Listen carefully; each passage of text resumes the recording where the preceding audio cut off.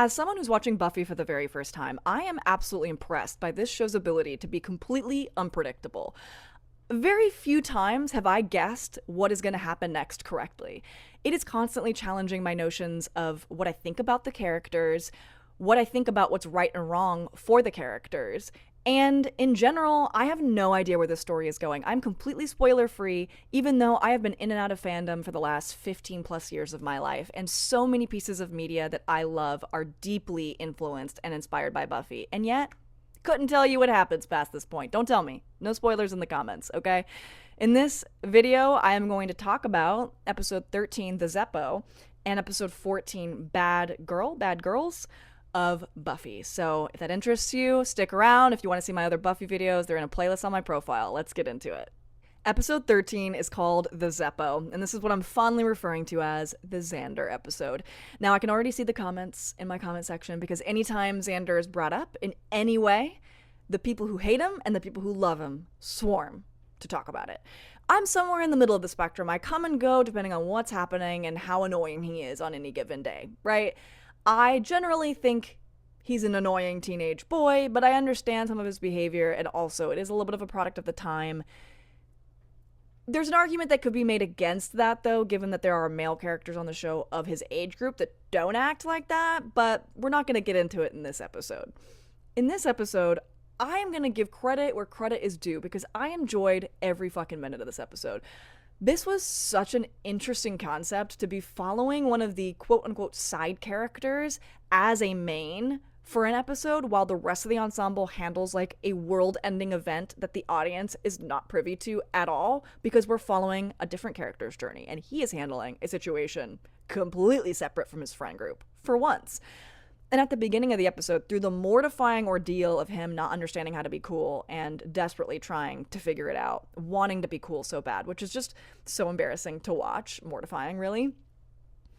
I have said this before, and this was before we reached the end of this episode, where I was like, Xander would be so much cooler if he found some sort of like self-worth. I think a lot of his issues as a teenage boy, like, comes from not having a sense of self-worth, not having a sense of self even really at all. He's not really confident in who he is, and because of that, everything just kind of comes across as this like, I'm trying to be cool veneer, but you can see right through it. He doesn't have that effortless cool that, let's say, Oz has, because Oz is very comfortable and sure in who he is, and that's, I think, where coolness comes from, right? He gets there at the end of the episode, but the journey there was so hysterical to me. Him like dealing with this bully and like trying to become a car guy, and like, by the way, the car was beautiful. Trying to become a car guy, failing through these interactions. Like the music is funny and like almost Scooby-Doo like through his journey, and then we keep cutting back to Buffy and Giles and Willow and all of them, and they're doing all these like really intense rituals and they're like fighting this crazy monster in the other room. Meanwhile, Xander, and it keeps cutting back and forth. I was fucking dying, you guys. When it was cutting back and forth between Xander like running around, he's like trying to handle these zombie guys, and it's like his like funny like Scooby-Doo music, and then it cuts to them like fighting this three-headed like dragon monster in the library, and it's like sweeping cinematic music and like angels there, everyone's traumatized, and it's like, what is going on? You have no idea. We have no idea what's going on in there. Cut back to Xander, and he's like straight up in a Scooby-Doo episode. Brilliant. This is one of the best episodes they've done. I'm not gonna lie to you. Like, I love it when they play with concept. This is the reason why I loved Supernatural as a show, because they did that kind of thing all the time, and I love it that Buffy's doing that. I'm like, oh, good, because this is why I love TV, is when they play with the format a little bit.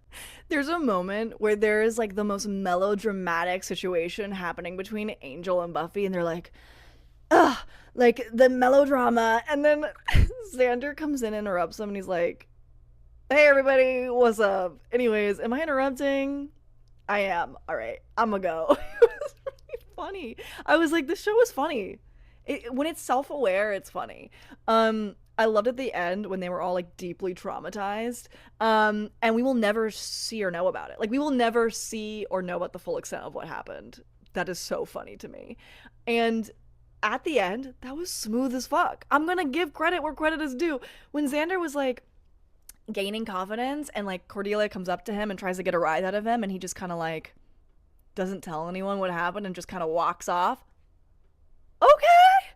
Like, that's cool, Xander. Okay. Like, some self assuredness. You don't have to even tell people what happened. Like, now you know you can do that. Take that energy. Let's run with it. The fact that Faith slept with Xander, it's not my favorite. I'm not gonna lie. I don't want them together. I really don't want them together. I hope they don't do that. It's looking like it might go in that direction. I hope if they do go in that direction that it's short lived. I think Faith is a bisexual icon to me. To me, in my headcanon, she's a bicon.